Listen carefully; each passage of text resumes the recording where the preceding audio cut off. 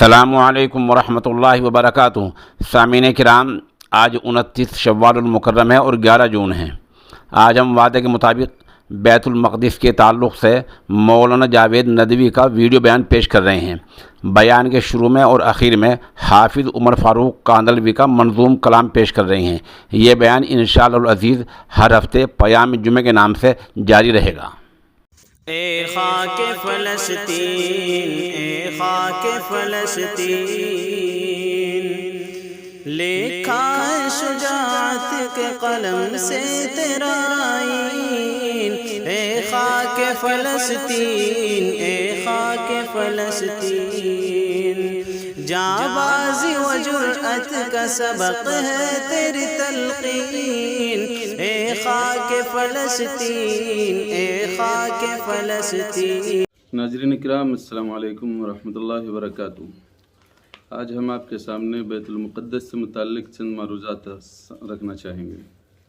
بیت المقدس دنیا کی وہ مقدس جگہ ہے جو مسلمانوں ہی کے لیے نہیں، عیسائیوں اور یہودیوں کے لیے بھی ایک مقدس مقام کی حیثیت رکھتی ہے۔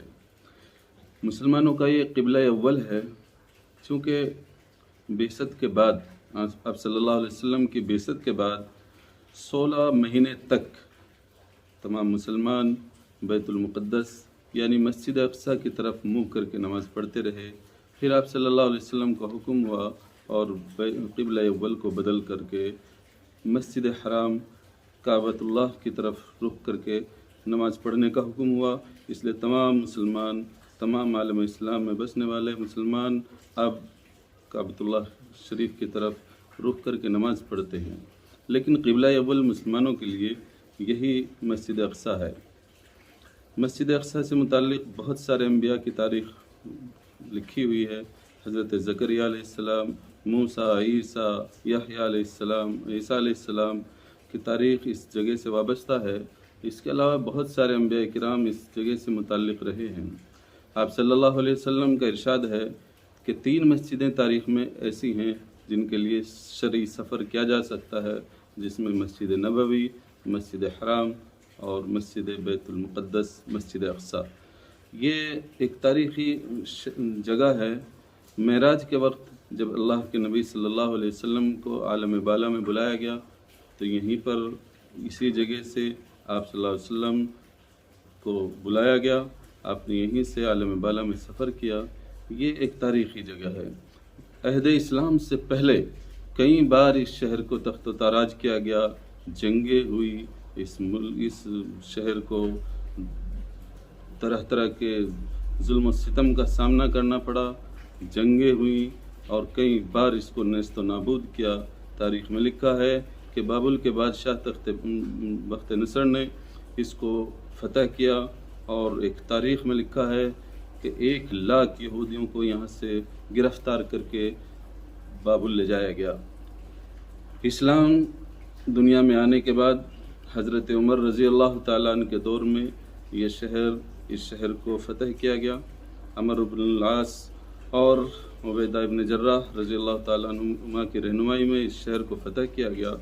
جب اس شہر کو فتح کیا گیا تو عیسائی رہنماؤں نے ایک شرط رکھی کہ خلیفۃ المسلمین حضرت عمر رضی اللہ تعالیٰ عنہ بذات خود تشریف لائیں اور ایک معاہدہ طے ہو۔ چنانچہ حضرت عمر رضی اللہ تعالیٰ عنہ مدینہ منورہ میں حضرت علی کو اپنا نائب بنا کر بیت المقدس گئے، اور ایک مقام طے ہوا جہاں عیسائیوں کے مذہبی رہنما پہنچے، اور عمر بن عبدالعزیز رحمۃ اللہ علیہ بھی اس جگہ پر پہنچے، اور ایک معاہدہ طے ہوا۔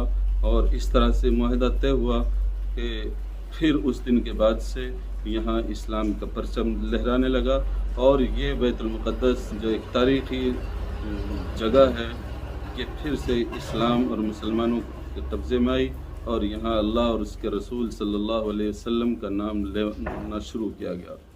ایک لمبی تاریخ تک پھر یہ اسلام کے پرچم یہاں لہراتا رہا، لیکن 11ویں صدی عیسوی میں پھر سے صلیبیوں نے ایک جنگ کی، اور ایسی جنگ کی، ایسا ظلم و ستم یہاں ڈھایا۔ تاریخ میں لکھا ہے کہ 11ویں صدی میں جب یہودیوں نے یہاں اس جگہ کو، اس بیت المقدس کو فتح کیا، تو تاریخ داں مورخین لکھتے ہیں کہ ایک ایک دن میں 70,000 لوگوں کو شہید کیا گیا، مسلمانوں کو تہہ تیغ کیا گیا۔ یہ بالکل اس واقعے سے بالکل الگ ہے جب حضرت عمر رضی اللہ تعالیٰ عنہ تشریف لائے تھے فاتح کی حیثیت سے، تو یہاں کوئی قتل و غارت نہیں ہوئی تھی، کوئی خون خرابہ نہیں ہوا تھا، لیکن صلیبیوں نے، ان یہودیوں نے جس وقت یہاں اس ملک کو فتح کیا، اس جگہ اس شہر کو فتح کیا، تو لاشوں کے ڈھیر لگا دیے گئے۔ چنانچہ یہودیوں کے قبضے میں یہ مقدس مقام چلا گیا، اور کچھ سال گزرنے کے بعد سلطان نور الدین زنگی رحمۃ اللہ علیہ کے دور میں پھر تاریخ نے دیکھا کہ سلطان صلاح الدین ایوبی جیسا فاتح آیا اور اس نے اس بیت المقدس کو یہودیوں سے گزار کرایا اور قبضے سے چھڑایا، اور پھر تاریخ میں لکھا ہے کہ 91 سال یہودیوں کی حکومت اس جگہ پر رہی اور یہاں وہ قابض رہے۔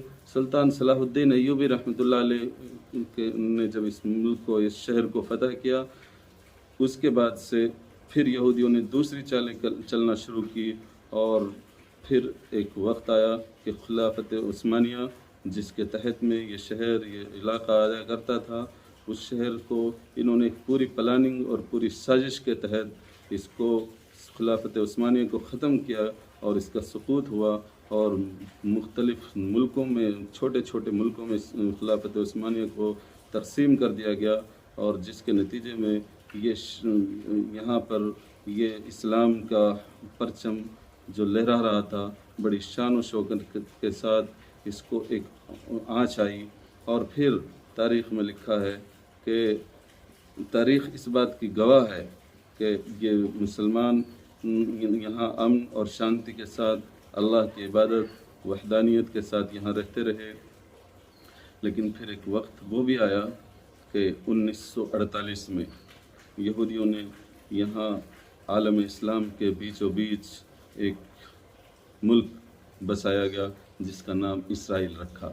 اسی اسرائیل کو ان پورے دنیا کے یہودیوں نے، عیسائیوں نے مل کر کے اس کو طاقت بخشی، اس کو طاقت فراہم کی، مالی مدد کی، مالی تعاون کیا، ہر طرح سے ان کا تعاون کرتے رہے، اور اس کو اسلام کے خلاف استعمال کرتے رہے۔ اور پھر تاریخ میں وہ واقعہ بھی آیا کہ جب 1967 میں ایک جنگ ہوئی فلسطینیوں پر، انہوں نے، یہاں کے اسرائیلی حکومت نے ظلم و ستم کے پہاڑ توڑے، یہاں کے مسلمانوں کو قتل عام کیا، بچوں کو قتل کیا، عورتوں کو پر ظلم کیے، ان کو تہہ تیغ کر دیا، اور پھر سے یہ بیت المقدس اسلام کی چھاؤں سے نکل کر کے یہودیوں کے قبضے میں آیا۔ تاریخ نے یہ دن بھی دیکھا۔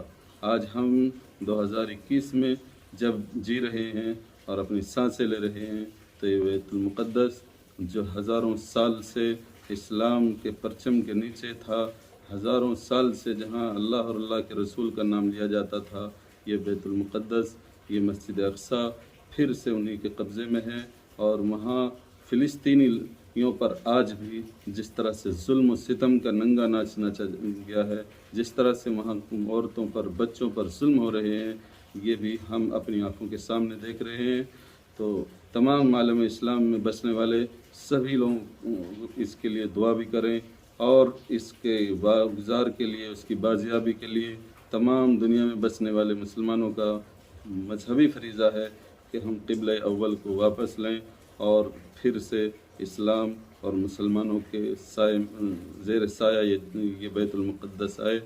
ہم سب مسلمانوں کو چاہیے کہ اسرائیل کے خلاف اپنے ملک کے اندر بھی، اپنے برادران وطن کے اندر بھی بتائیں کہ یہ کوئی ملک نہیں ہے، یہ باقاعدہ پلاننگ کے ساتھ ایک سازش کے تحت ایک ملک کو ختم کرنے کے لیے اور ایک مقدس مقام پر قبضہ کرنے کے لیے اس ملک کو بسایا گیا ہے، جبکہ اصل باشندے وہاں کے، اصل رہائش پذیر مسلمان ہیں، فلسطینی ہیں، جو نہتے ہیں، جو مظلوم ہیں، جو اسرائیل کے توپوں اور ٹینکوں کے سامنے سینہ سپر ہو کر کے جنگ لڑ رہے ہیں، اور وہ اپنے حق کی لڑائی لڑ رہے ہیں۔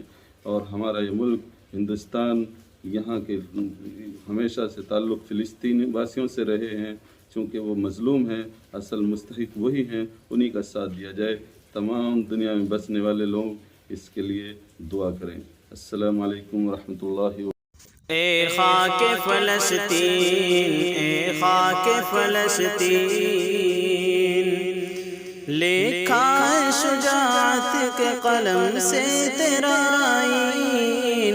اے خاک فلسطین، اے خاک فلسطین، جانبازی و جرأت کا سبق ہے تیری تلقین۔ اے خاک فلسطین، اے خاک فلسطین، شعلوں پہ قدم رکھ دیے رستہ نہیں چھوڑا، ہمت سے جفاؤں کے ہر کے بند کو توڑا۔ شعلوں پہ قدم رکھ دیے رستہ نہیں چھوڑا، ہمت سے جفاؤں کے ہر کے بند کو توڑا۔ خطروں سے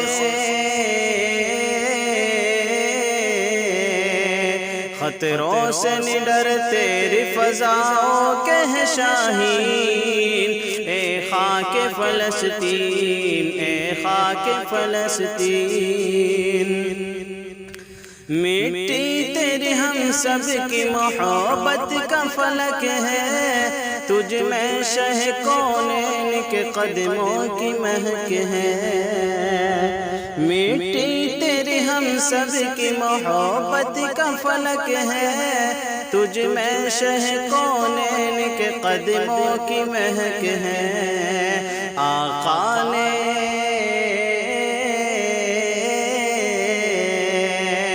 آقا نے بڑھائی ہے تیری عزت و تمکین۔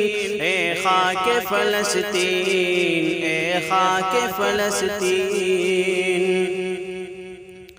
تجھ پر کوئی آ جائے تو ہوتا ہے ہمیں غم، ہر قلب مسلمان تیرے دشمن سے ہے برہم۔ تجھ پر کوئی آ جائے تو ہوتا ہے ہمیں غم، ہر قلب مسلمان تیرے دشمن سے ہے برہم۔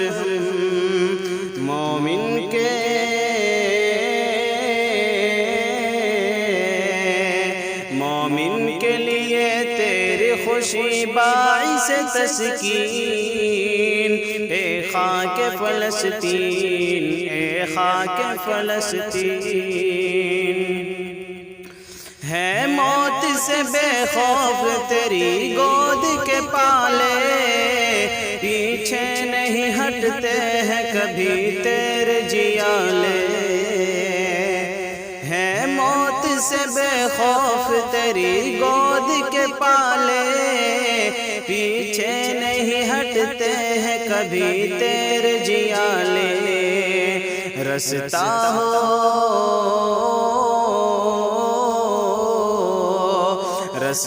ہو کٹھن چاہے کوئی ضرب ہو سنگین، اے خاک فلسطین، اے خاک فلسطین، بکھرے کئی حصوں میں تیرے جسم کے پارے، دیکھے نہیں جاتے یہ المناک نظارے۔ بکھرے کئی حصوں میں تیرے جسم کے پارے، دیکھے نہیں جاتے یہ المناک نظارے۔ جامع ہے شہیدوں کے لہو سے تیرا رنگین، اے خاک فلسطین، اے خاک فلسطین،